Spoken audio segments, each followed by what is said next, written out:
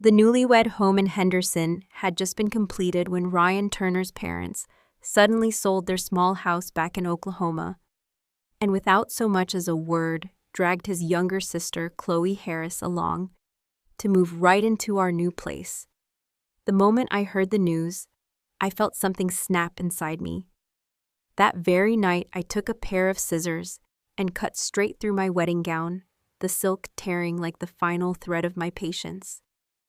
Then I picked up the phone and called Ryan, my voice calm, but my heart pounding with betrayal, and told him the wedding was off. He exploded on the other end, his words slurred with rage. "Just because of this little thing you're going to cancel our wedding, Olivia, don't you dare regret this." I held the phone close to my ear and answered in the steadiest tone I could manage. "The only coward is the one who regrets." For a long silence he said nothing, and then I could almost hear his breathing change, like he was looking at me through the line and seeing a stranger. To him, I had suddenly become selfish, petty, and dishonorable. He could not understand that I had simply stopped tolerating what I should never have been asked to endure. In his eyes, I had changed overnight, but the truth was that I had been changing for years quietly, every time I allowed his family to cross my boundaries. I thought back to the countless times I had been soft, easygoing, willing to compromise in order to keep the peace, and how each time they pushed further because of it. Now they had moved into the house that was supposed to be ours, our private place to begin a life together without even bothering to ask me. Before this, they had already paraded around the neighborhood telling anyone who would listen that they had sacrificed their lives to save $100,000 to buy their son a house. People praised them as noble parents who had spent everything for their child. But I knew the truth that cut like glass. That $100,000 was borrowed money debt that Ryan and I would be forced to repay together after marriage. The real cash had come from my own parents' money they had taken from their savings given freely, with no expectation of repayment. Yet no one outside knew that, and when they heard the Turners boast, they were moved to tears. It burned in my chest to hear the lies, but my parents had begged me to stay silent. In small-town America, they said reputation was everything. If you embarrassed someone publicly, they might never lift their heads again in their community. Life, they reminded me, was always two-faced, the appearance you showed the world and the reality you kept hidden. So I kept quiet, swallowing my anger, protecting the Turners' image. I never imagined they would repay that silence by invading the very home meant for my marriage. Ryan kept arguing as if he had memorized the lines his parents fed him. "Olivia, you're no different from any other woman. You expect to live next to your parents forever? People will laugh at me.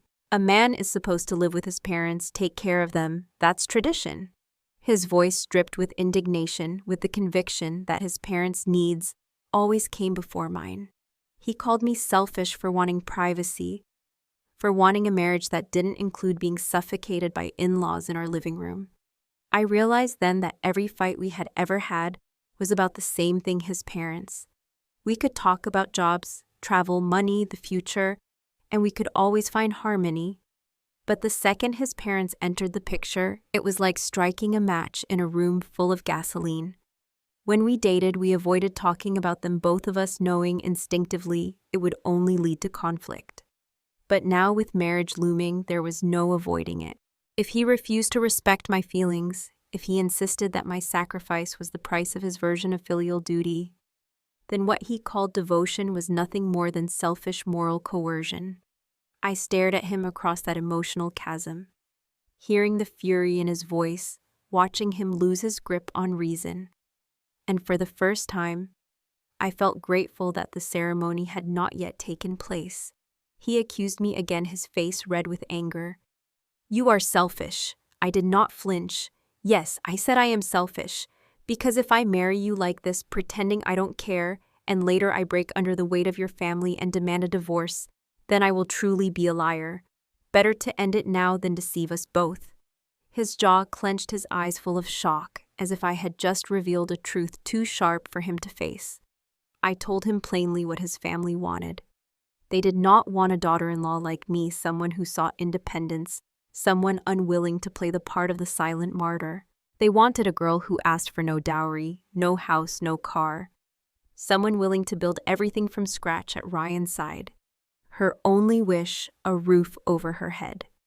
But at the same time, they also wanted the kind of girl who accepted $200,000 or $300,000 in bridal gifts, who demanded a car and a home in her name, who would bring wealth yet still be humble enough to dissolve her identity for them. They wanted the impossible, the best of both worlds, and expected me to bow my head with gratitude. The hypocrisy of it churned my stomach. For the first time I spoke harshly, my words sharp as glass. Your family's way of taking everything while still demanding obedience makes me sick. He froze, unprepared for the venom in my voice. He tried to twist my words back, clinging to the topic of dowry. It's you who keeps bringing up the bridal money, not me. How much do you want? Tell me and I'll borrow it. The laugh that slipped from my lips was bitter. Borrow it? And then after the wedding, you'll drag me into repaying it with you. You calculate well, Ryan, but this isn't about money and you know it. You're twisting my words because you cannot face the truth. There was nothing left to fight for. I breathed deeply, steadying myself. There's no point in arguing anymore. I'm letting go, Ryan. Go find yourself a woman who doesn't mind being called unselfish. A woman willing to give up her voice. As for me, I ask you to release me too. Let's end this before we both ruin each other's lives. The silence that followed was heavy, suffocating. I could almost feel his fury and disbelief pouring through the phone, yet I felt lighter than I had in years. My gown lay in tatters on the floor, a symbol of everything I had just cut away. And for the first time in a long time, I felt free. I gathered every piece of that broken dream, every gown and accessory I had bought or rented for the wedding, and returned them. I was grateful most of the online orders hadn't even shipped yet, so with a few clicks, I could cancel them as if I were erasing promises that no longer belonged to me. When my parents saw how firm I was, they stopped telling me to endure, stopped asking me to swallow my pride, and instead they stood behind me. They picked up the phone themselves and called every relative, every family friend, and told them the wedding plan for 2 weeks from now was canceled. They had lived long enough to see the truth more clearly than I could. They knew if a family could behave this shamelessly before the marriage even began, then after the wedding there would only be storms waiting for me. When the Turners heard we were serious about calling off the wedding, panic swept through their household. They showed up at my parents' door in Henderson, carrying baskets of fruit and small gifts, trying to disguise desperation with politeness. Ryan's father came in first, smiling wide, talking to my parents with false warmth, while his mother grabbed my hands the moment she saw me. Olivia, she said in a voice too sweet, don't be angry with Ryan. This isn't his fault. About the new house he meant to tell you, but things moved quickly when we sold our place back home. We didn't have time to explain. Besides, once you two are married and have children, won't we need to be nearby to help? We just moved in a little early. You're educated, you understand, you won't hold this against us. Her words were a trap dressed in courtesy. She implied that if I did take offense, then all my education and refinement meant nothing, that I was petty, ungrateful. I smiled politely and answered with deliberate calm. I'm not angry. Education taught me one thing: people reveal who they truly are by what they do. It also taught me that if two roads do not run the same direction, they can never lead to the same home. I see clearly now that your family and mine are not headed the same way, so we cannot pretend to be one family. She stiffened, understanding the barbed meaning. Her years of maneuvering through society had taught her to read hidden daggers in polite words, and mine had just cut her. She knew I despised her hypocrisy. She quickly shifted tactics, turning to my mother with a sigh. They say it's better to tear down 10 temples than destroy one marriage. And now, just because of a small misunderstanding, you want to cancel everything, all the friends, all the relatives they're waiting for. The celebration, if you end it now, won't people say your family has no decency? At first, my mother had tried to be gentle, wanting to end the engagement without more ugliness. But when she heard the accusation that we lacked virtue, she dropped her smile. Better to cancel a wedding now than face divorce later. If they marry and separate, your son will be a divorced man, and tell me who will want him, then everyone knows it's harder for men. than for women after a divorce. That struck Mrs. Turner like a whip. Ryan was her pride, the one she held above all else, and the idea that divorce would tarnish him, make him less desirable, made her face darken. She glanced sharply at her husband, who was still trying to keep up his act of charm. And then she snapped coldly. "If your family insists on canceling, then know this. The $10,000 deposit and the money we spent fixing up the house will not be returned." The shamelessness of it was like lightning to my skull. After all that my family had given, after $28,000 had left our pockets, they dared to claim they owed nothing, dared to act as if we had been the ones taking from them. They thought my family was an endless well they could draw from, and I would still smile. I rose to my feet without hesitation. Enough. Get out! I shoved their cheap gifts back at them, the fruit spilling onto the floor, the plastic wrapping crumpling under their feet. I never expected you to repay a cent. That deposit was borrowed money, and I will transfer it back to Ryan myself. But listen closely, within 3 days you will move out of my house. Ryan had hidden the truth from them, and now it came pouring out. After graduation, most of his income had gone to support his sister Chloe's education. He had failed to keep up with his student loan payments, and his credit was ruined. He could not qualify for a mortgage, so the bank loan had been in my name, and I alone was responsible for repayment. Because of that, the title was put in my name too, and Ryan had agreed. He never told his parents, letting them believe the deed was his, letting them build their pride on a lie.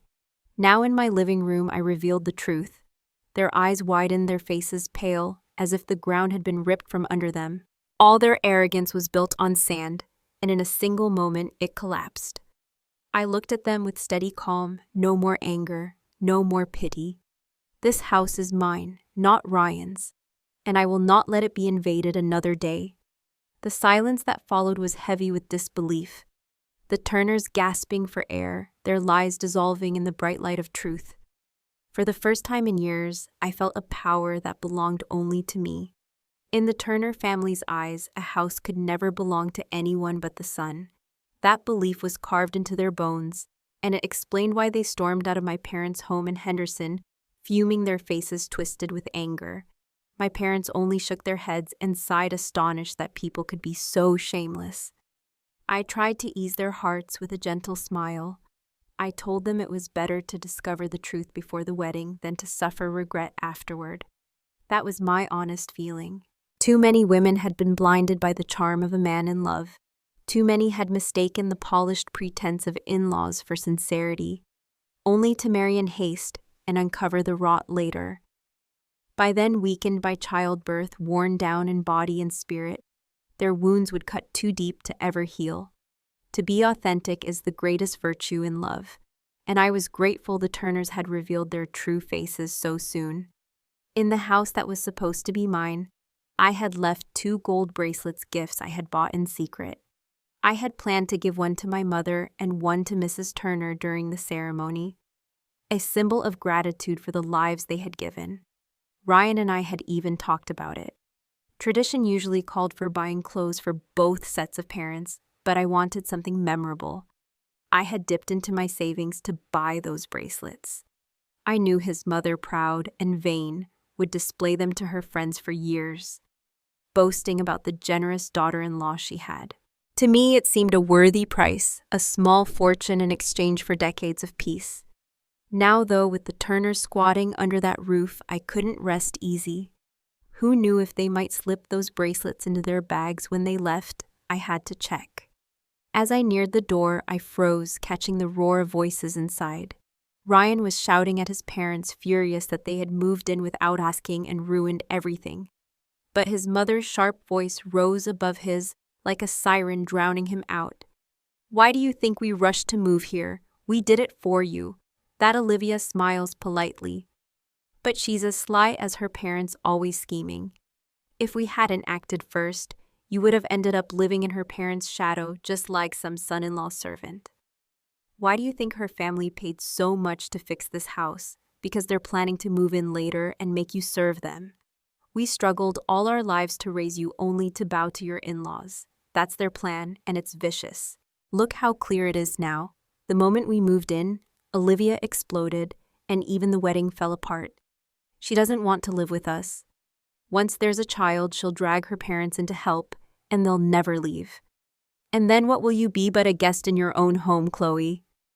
His sister chimed in eagerly. Exactly, Ryan. If Mom and Dad hadn't acted, her family would have trapped you. They're cunning, you need to wake up. My stomach turned at their words.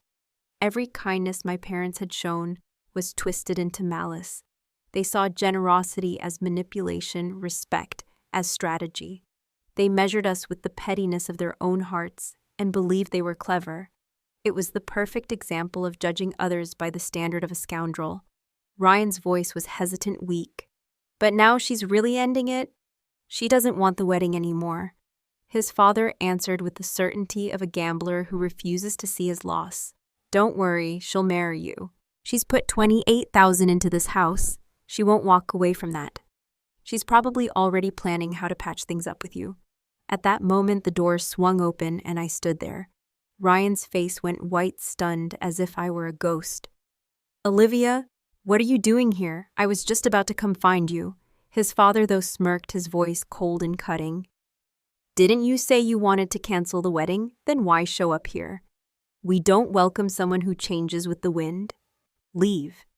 He really thought I had come to beg forgiveness. Clearly, Ryan had not told them the truth about the deed. If he would not, then I would.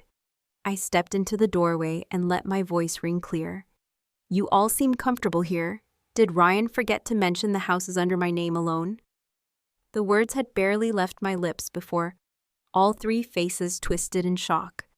Their voices rose together in disbelief, as if the ground had dropped from beneath them. For the first time, the lie they had built their pride upon was shattered. Mr. Thomas Turner paced furiously around the living room, his face red, his fists opening and closing as though he wanted to smash something. Mrs. Linda Turner clutched her chest, stomping her foot against the carpet, then turned on Ryan with an accusing glare that could cut glass. The house is really under her name. Are you out of your mind? Something this important and you couldn't tell us. Do you realize how easily she could have trapped you? One slip and she's already got you in chains. Ryan's face burned crimson, his jaw tight with shame and anger, until finally he burst out. So what if the house is in her name?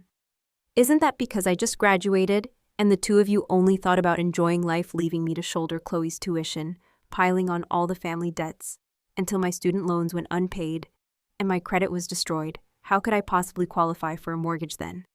Chloe leapt up from the couch, her voice shrill. Don't put this on me.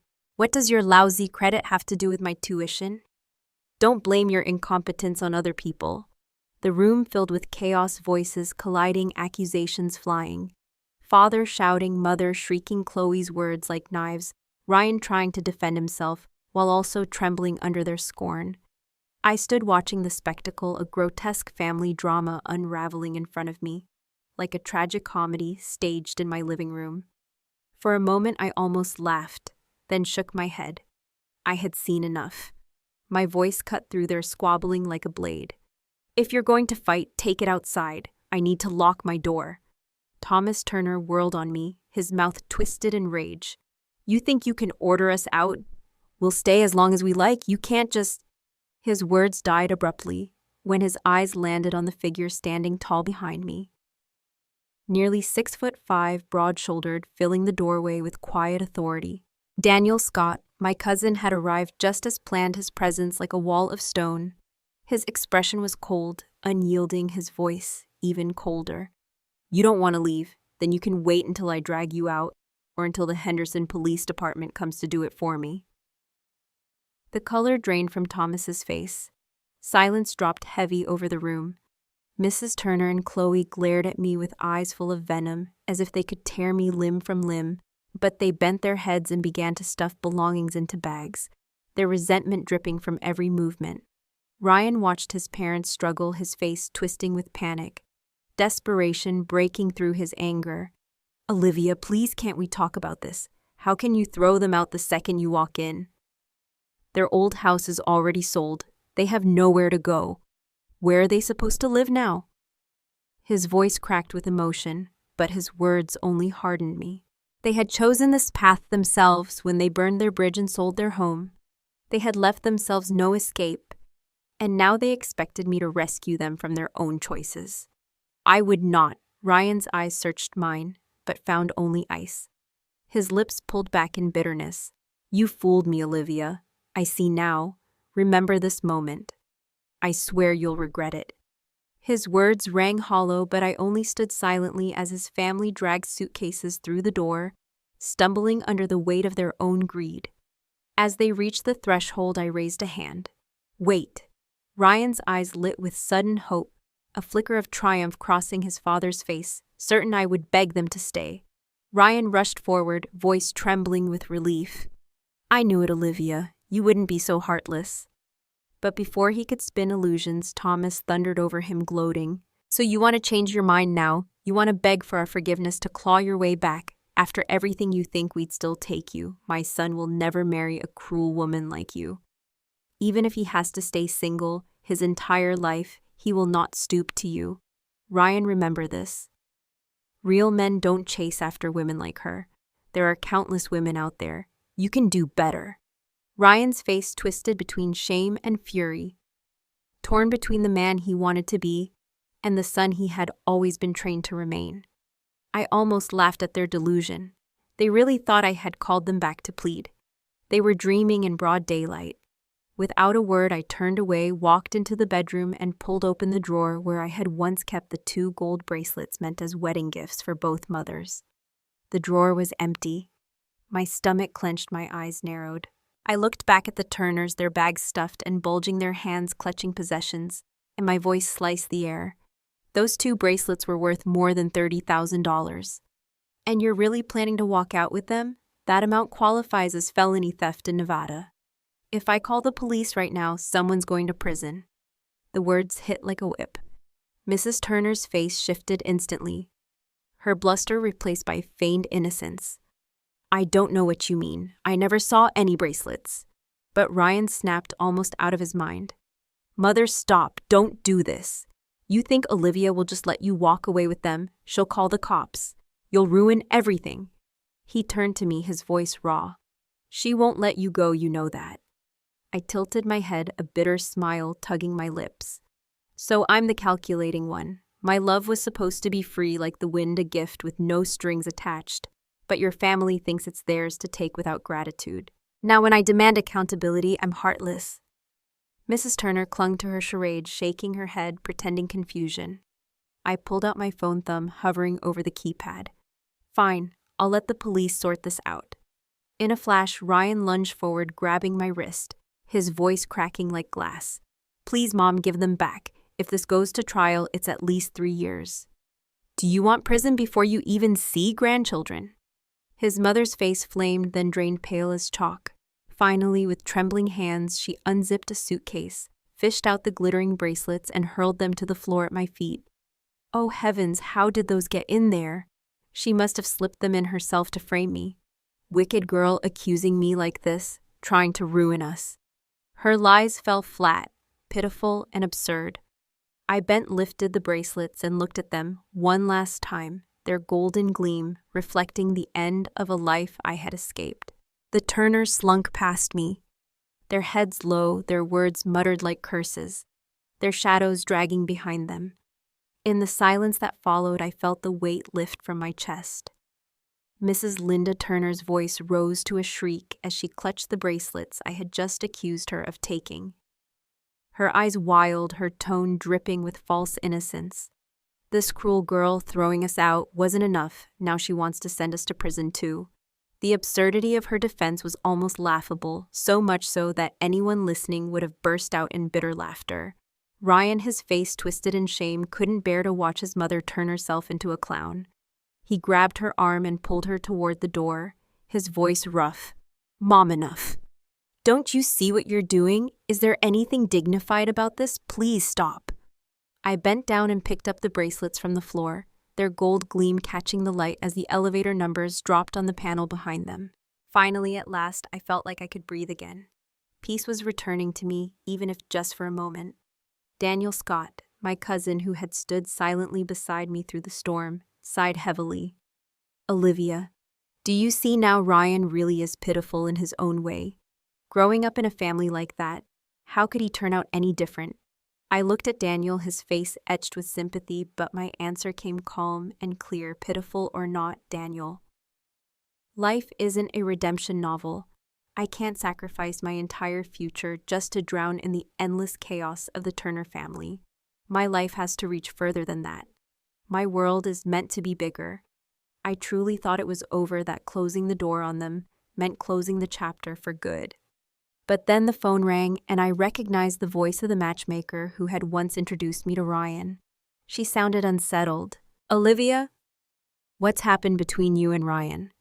I heard his parents are planning to show up at your workplace because a scene. Tell people you're immoral and unfit to be a teacher. They want you fired." For a moment, I was startled, then a slow wave of relief swept over me. They didn't even know I had already resigned months earlier, having passed the exams for a new government position. I was no longer a teacher. Ironically, Ryan had just been hired at the very school where I once worked. Clearly, he hadn't told his parents. And honestly, I couldn't blame him. If I were him, I would have hidden it too. With parents like that always storming around in the name of love, the only way to survive was to never tell them anything important. For a brief moment, I considered warning him. I knew how hard it was to secure a teaching position in Henderson. He had studied relentlessly for months, balancing work and exams just to pass the competition. Losing that job before it even began would be devastating. I almost picked up my phone to send a message to give him a chance. But before I could, a message popped up from him instead. His words froze me. "Olivia, during the time we were dating, I spent a total of $2,500 traveling back and forth to see you. I've attached the receipts for the train tickets. Please transfer the money when you can." For a moment, my vision blurred. My scalp tingled and a dull roar filled my ears. He had actually itemized his affection, tallied it up like a bill, and handed it to me. If love was such a burden, then he should never have pretended to carry it. If he truly wanted to be precise, then shouldn't he also count the trips I had made to see him? The meals I paid for every time he came. The hotels I booked.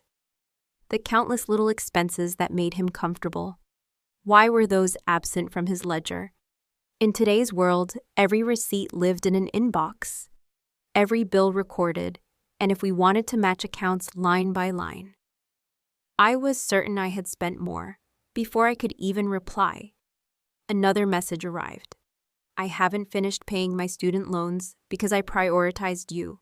Out of love, I let myself fall behind. Now I want to clear all my debts.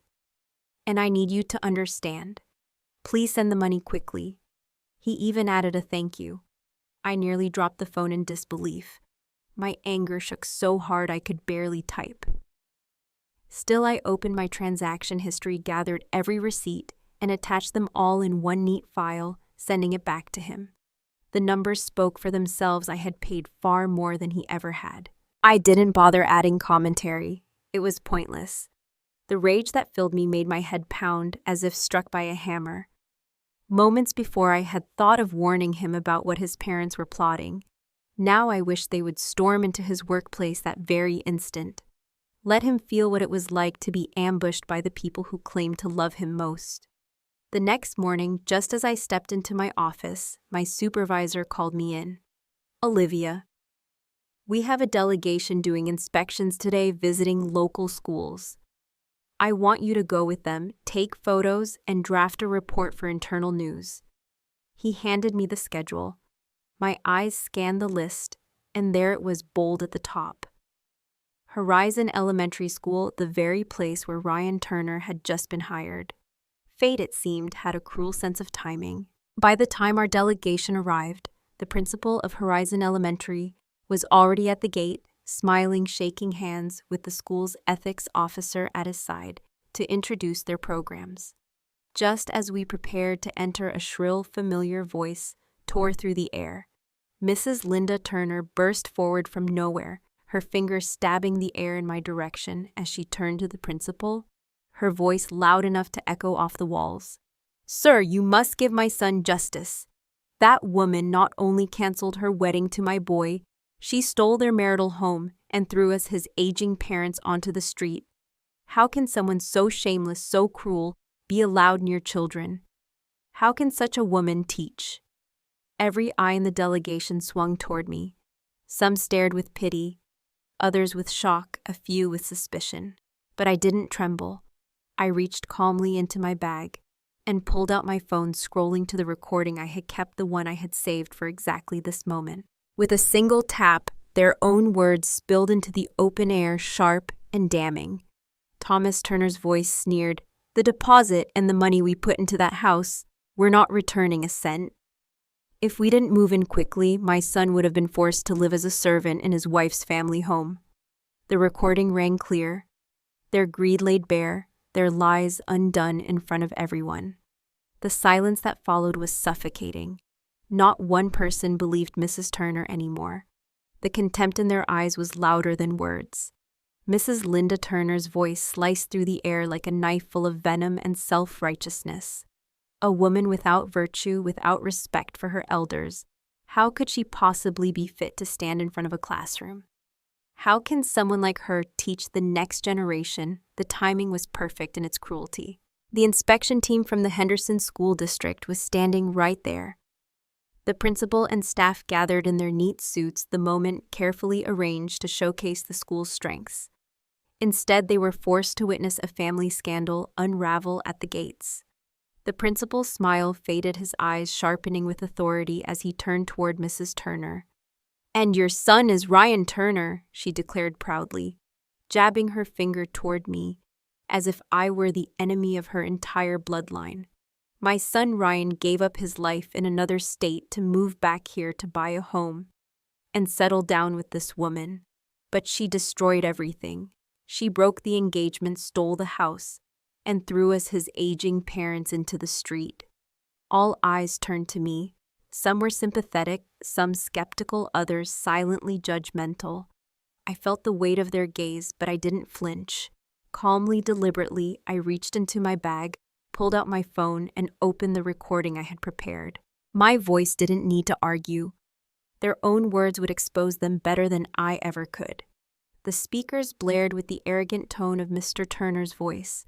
"The deposit and the money we put into fixing that house, we're not giving it back.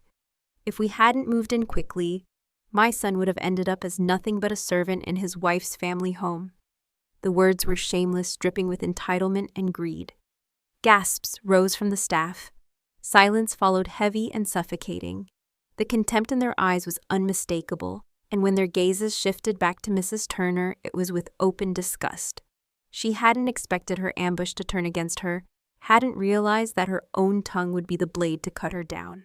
But still stubborn to the end, she opened her mouth to twist the story once more. The principal raised his hand, signaling the school security guard. "Take her aside, now."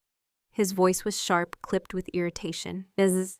Turner was ushered away despite her protests, her cries fading into the background.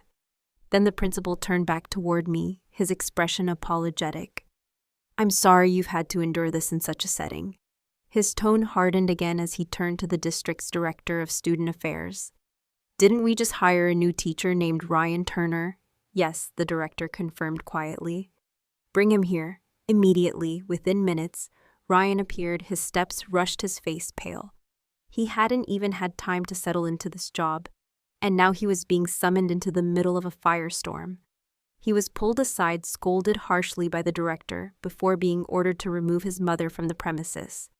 I watched as he grabbed her by the arm, his voice trembling with both fury and shame. "Mom, what have you done? You barged into my school, made a scene in front of the entire district delegation. The principal, the teachers, everyone is staring at me like I'm a joke. Are you trying to get me fired before I've even started?" For the first time, Mrs. Turner looked shaken. She blinked at him in disbelief, her bravado cracking. You work here. Why didn't you tell me? I didn't know." I thought, "Oh God, what have I done? I've ruined everything." Her hands fluttered helplessly.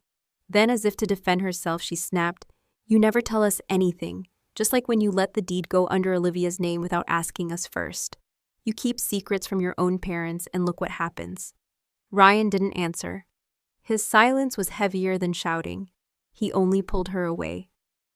His eyes downcast, his shoulders sagging. Her nagging fell flat against the walls of the hallway, her excuses and complaints nothing but noise. When he returned, his eyes were rimmed red. He walked straight up to me and the principal. His head bowed so low it nearly touched the ground.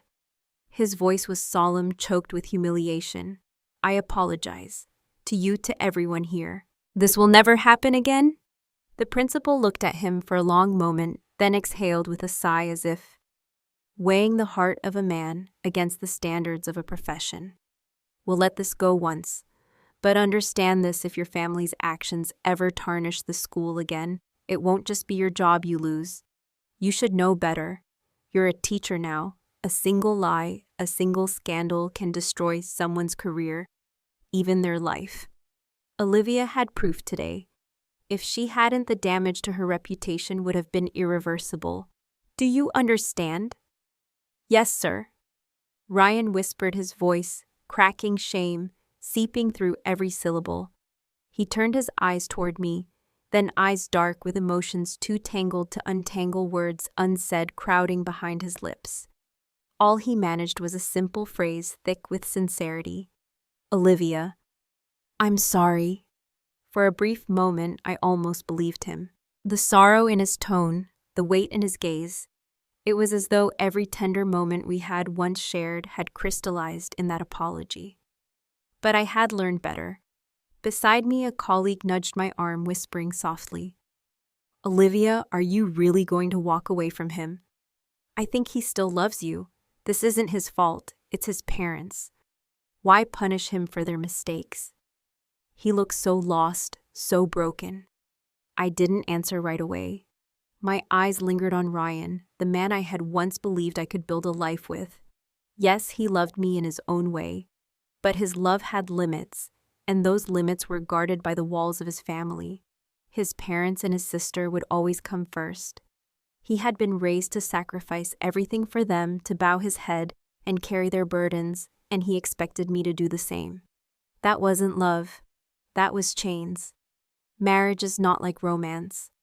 Affection, once tested by the grinding weight of family favoritism and unspoken sacrifices, wears thin.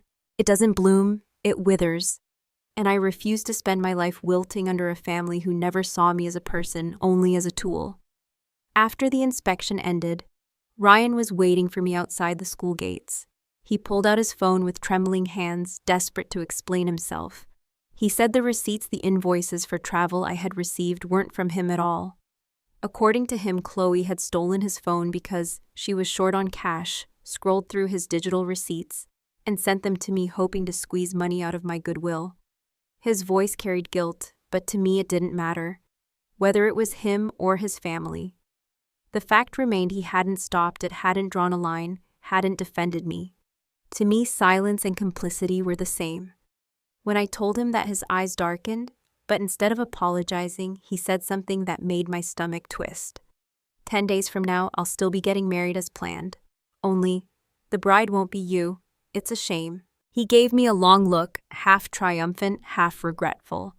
For a moment, I stared at him, stunned, before letting a small smile curl on my lips. "Congratulations, Ryan. I truly wish you the best." Because the truth was plain: when two people walk different roads, they can never share the same destination. But his words weren't about loss. They were about pride, about proving to me that I was replaceable, that someone else had already taken my place. Just days after our separation, he already had another fiancé lined up. It should have hurt, but all I felt was a cold clarity. Even so, his parents hadn't let me go. Even as he prepared to marry someone else, Mr. and Mrs. Turner kept trying step by step to ruin my work, to tarnish my name. Some people, I realized, only show their ugliness slowly, but when they do, the depth of it is bottomless. That night, when I returned home, I found the matchmaker sitting in the living room chatting with my mother. She looked uncomfortable as I entered, wringing her hands. "Olivia." "I feel terrible," she began, guilt heavy in her voice. "When I introduced you to Ryan, he seemed like such a decent young man. How could I have known his parents would be like this?" My mother offered a small, cool smile. "What's done is done. There's no need to talk about it anymore. But the matchmaker wouldn't let it go. She leaned forward, her voice rising. No, we must talk. You may be forgiving, but I am furious on your behalf. That family has no conscience. So this time I introduced them to another girl. She only finished high school. She's tough, sharp-tongued, not the type to be pushed around. Let's see how they handle a daughter-in-law who gives as good as she gets. I want them to know just how precious Olivia truly is. She clapped her hands together, almost gleeful at the thought of chaos. My mother sighed, shaking her head. Strange, isn't it, that family once thought Ryan could marry a woman with a doctorate. Now they're content with a girl who barely finished high school. The matchmaker smirked. That's what happens when your reputation rots. After what they pulled, no decent family in Henderson will give them their daughter. With Ryan's looks and his teaching job, maybe he could have found someone at school, but Linda Turner already ruined that path with her outbursts. Now they're desperate, so they agreed to whatever they could get. As she spoke, my mother shot her a subtle look, silently urging her not to say these things in front of me. But once words begin spilling, they rarely stop. The matchmaker insisted she should hear this. It will make her proud. It will teach her how to deal with people who only ever think wicked thoughts. And so I listened. For over an hour, she talked about how the Turners had sold their old home for $200,000, but couldn't go back because they no longer owned any land in their hometown. About how they were now crammed together in a tiny one-bedroom rental in Henderson. About how Ryan's new fiancé demanded nearly $30,000 in a bride price. And though it nearly broke them, they paid it, boasting loudly to neighbors. Linda crowed to anyone who would listen. My son would rather marry a high school graduate than take Olivia back. That's what I call backbone. Her words were like a dagger coated in mockery. To them, I was worth less than a girl half my education, my career, my independence. They compared us like objects in a marketplace, women reduced to goods with price tags. To them, women were never truly people, only bargaining chips. 10 days later, their wedding went on as scheduled. By then, I had blocked Ryan on every platform, but I realized I had forgotten about Chloe, so I blocked her too. No sooner had I done that than a message popped up from someone else, one of Ryan's old acquaintances. Did you hear? The Turners borrowed $300,000 to fund this wedding. Just wait, it's going to explode soon. I didn't respond. I didn't need to. It took me time, more time than I care to admit, to truly step out of the shadow of that relationship. But eventually I did. From that point forward, I stopped caring about Ryan Turner or his family. If I heard their names, it was by accident. And yet Henderson is small and life is cruelly ironic. Every so often through work, I would still cross paths with him. And each time I did, Ryan looked worse than the time before. His once bright eyes dulled his frame, gaunt, his expression weary, as though carrying the weight of 1,000 failures. He would look at me with something unsaid lingering in his gaze. Something like regret or longing, but he never spoke it aloud. He would simply turn away and walk on his back. Bent under burdens I no longer had to share. Each time I ran into Ryan Turner after our breakup, he looked more haggard than before. His eyes carried a fatigue he couldn't mask, a heaviness that seemed etched into his very bones. He would glance at me as if he wanted to say something, but in the end, he always turned away in silence, his shoulders slumped, his steps dragging. It was as though every encounter stripped another layer of pride from him, and all that remained was the hollow shell of a man I had once thought I loved. A year later, during a casual conversation with some of my old colleagues from Sunset Elementary, his name came up. One of them sighed and said almost pityingly, "Did you hear Ryan got divorced? It was messy." His wife made scenes at the school more than once, screaming about how his family treated her so horribly that she couldn't take it anymore. She caused such chaos that the administration finally had enough.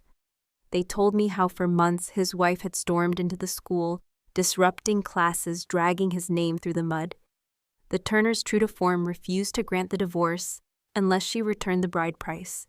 She fought back, threatening to ruin Ryan's job if they didn't relent. In the end, terrified of losing their last shred of stability, the Turners caved, letting her keep the money just to get her signature on the divorce papers. But by then, the damage was done. The district, tired of the scandals, asked Ryan to resign quietly. My colleagues shook their heads with regret. Thank God you didn't marry him, Olivia. Can you imagine what your life would look like right now? It would be a nightmare. Another added, on the outside, Ryan always seemed like a good man, but that family of his dragged him down into ruin. I only smiled faintly, saying nothing. What could I say that a man educated, exposed to knowledge and reason, could still willingly abandon his own judgment just to bow to the tyranny of his parents? That he allowed himself to be changed so completely that he couldn't breathe without their permission. To me, there was only one conclusion. Whatever happened to Ryan, he deserved every bit of it. One afternoon, as I stepped out of my office building, I saw him waiting near the curb. His frame was thinner than ever, his skin pale, his suit wrinkled and tired. I tried to walk past quickly, but he stepped forward and stopped me. Olivia, he murmured, his voice low and cracked. I forced a polite nod. What a coincidence. He shook his head. Not coincidence. I've been waiting here for a long time. I feigned surprise. Don't you have class this afternoon? He lowered his gaze, shame flickering across his face. I don't work anymore. I quit. Of course, I already knew. My old colleagues had told me months earlier. I gave a flat I see and moved to leave, but suddenly he grabbed my wrist, desperation in his touch. Olivia, you're still single, aren't you? It's because you've been waiting for me, right? I stared at him as though I were staring at a patient in need of psychiatric care. The look in my eyes must have pierced him because his face twisted with pain, but he didn't let go. I don't care if you admit it or not, he said quickly, words tumbling out. But look at me, I've lost everything. I'm drowning in debt, my life is a wreck, and it all started when you canceled the wedding. You owe me. You're responsible for what I've become. God help me, I thought. He had transformed into a perfect replica of his parents, shifting blame onto everyone but himself. A year had passed since I let go of that relationship, since I laid the ghosts of our past to rest. Love, like anything in life, carries risk. If you lose, you accept it and move on. That was my way. I had no desire to return to what I had once walked away from, but Ryan was relentless. Unlike me, he couldn't let go.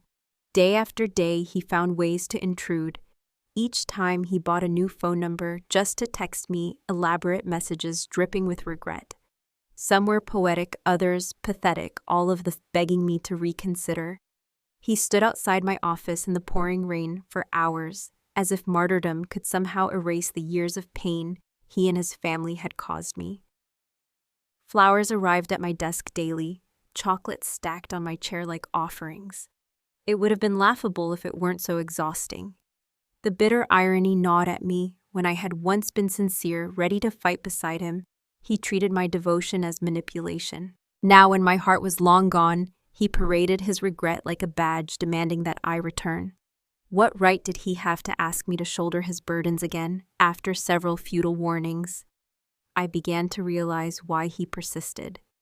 Our breakup had been too abrupt, too final. He had never truly heard me say the words that killed his hope. Somewhere in his mind, he still believed there was a chance, that we could somehow stitch together what had already been burned to ashes. And so, for both our sakes, I decided it was time to end this once and for all. He came to me again, eyes wide with hope, hands trembling with eagerness. His whole body radiated a fragile anticipation, as if one word from me could resurrect him. He started talking quickly, breathless, recounting his year of torment. He told me his ex-wife had hit his mother so badly she ended up in the hospital 3 times. He confessed that his father had once held a shard of broken glass to her throat, threatening to kill her during one of their explosive fights. He described nights that felt like nightmares, days that left him suffocated, unable to breathe.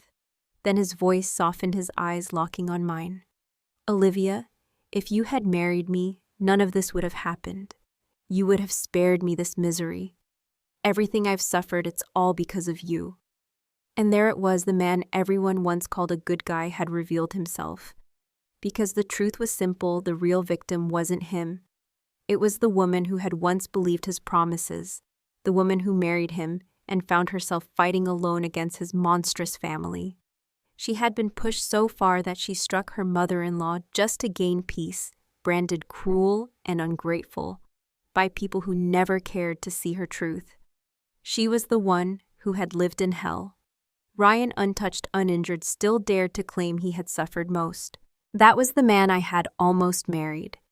And standing before him, I realized with a clarity that was cold but liberating, he was no longer my burden. Ryan sat across from me in that small cafe, his eyes restless, his hands trembling as if clinging to the last thread of hope. I didn't soften, not even a little. I told him plainly, word by word, that the man he had become was not because of me, but because of the stranglehold his parents had kept on him his entire life. They had molded him into a weak man, a puppet, someone who could never stand on his own. And instead of resenting them, he turned his anger on me for refusing to jump into the pit with him. I looked him in the eye and said, "Ryan, if you want to spend your life hiding behind your parents being a man who never takes responsibility, then every ounce of pain you feel is exactly what you deserve. And any woman who marries you will be dragged into hell right along with you." For a long moment, he was silent, staring at the table, as though he might find courage in the grain of the wood. Finally, he looked up, his eyes still carrying that foolish spark of hope. "You said so much. Doesn't that mean you still want to give me a chance? If you just agree, I swear I'll change." I stood, sliding my bag over my shoulder, my voice cool and final. "I didn't say these things to give you hope. I said them so you'll stop chasing me. You're 26 years old. A lifetime of habits and choices won't change overnight. Not unless you cut ties with your parents forever, and we both know you never will. They've burned their bridges, and in doing so, they burned yours. So go live with them, Ryan. Spend the rest of your life with your mother if you must, but don't drag another woman into your misery." When I left the cafe, I caught a glimpse of his face through the window, eyes hollow despair, etched into every line. But I felt no guilt, no regret. My life was moving upward. Promotions, pay raises, a brighter future every day. I had no interest in splitting my light with his shadows. Not long after, his parents came to my home again. Gifts in their hands, their faces plastered with forced smiles. They must have heard that Ryan and I had met, and in their twisted logic assumed I had been moved by his persistence. They thought there was still hope. My parents welcomed them politely, but kept a noticeable distance. Linda Turner immediately launched into old stories recounting how Ryan and I once loved each other so deeply. Thomas sat grinning like an old fox, chiming in with tales of our so-called perfect match. They tried to paint themselves as foolish elders who had made mistakes the reason we were torn apart. My mother, unimpressed, interrupted coldly. "Your son is divorced now. What use is it to dredge up the past?" The word divorced hit Linda like a slap. Her face froze. Her eyes watered, but she forced a brittle smile. "My son is a man. And what man hasn't had a few women in his past? It's not such a big deal." Her dismissiveness made my stomach churn.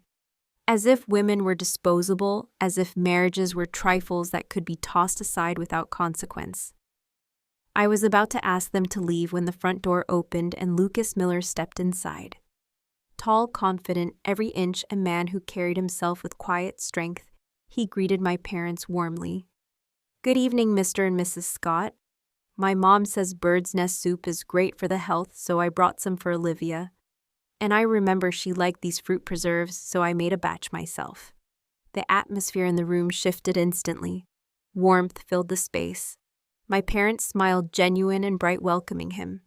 The Turners shrank into the background, their cheap gifts forgotten beside Lucas's thoughtful offerings. They sat awkwardly, their presence reduced to shadows. After a few minutes, embarrassed and out of place, they excused themselves, leaving with their pride in tatters. 2 years later, Lucas and I stood side by side in a hotel ballroom in Las Vegas. surrounded by family, friends, and colleagues.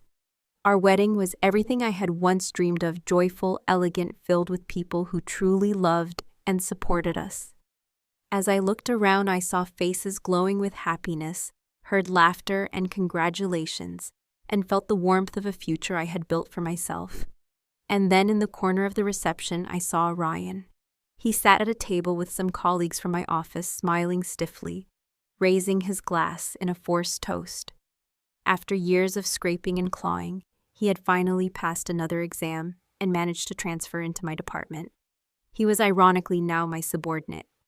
His smile was strained, his eyes hollow, and though he whispered congratulations across the table, I could see the humiliation eating him alive. In another corner, I caught sight of his mother, Linda, head bowed as she quietly picked up trash, helping staff clean the floor. I heard whispers that Thomas now worked as a night security guard in an old apartment complex, his once arrogant posture bent by exhaustion. Life had stripped them of the arrogance they once wore like armor. As I stood there hand in hand with Lucas, I realized the truth. Sometimes it takes years for people to understand the cost of their own choices. The Turners had lost everything because they refused to change. Ryan had lost me because he refused to grow, and I had gained everything because I chose not to look back. Happiness doesn't come from clinging to the past or begging others to save you. It comes from having the courage to cut ties with what drags you down and stepping boldly into the life you deserve. And for the first time in years, I felt at peace. Thanks for listening. Be sure to subscribe so you don't miss the next videos.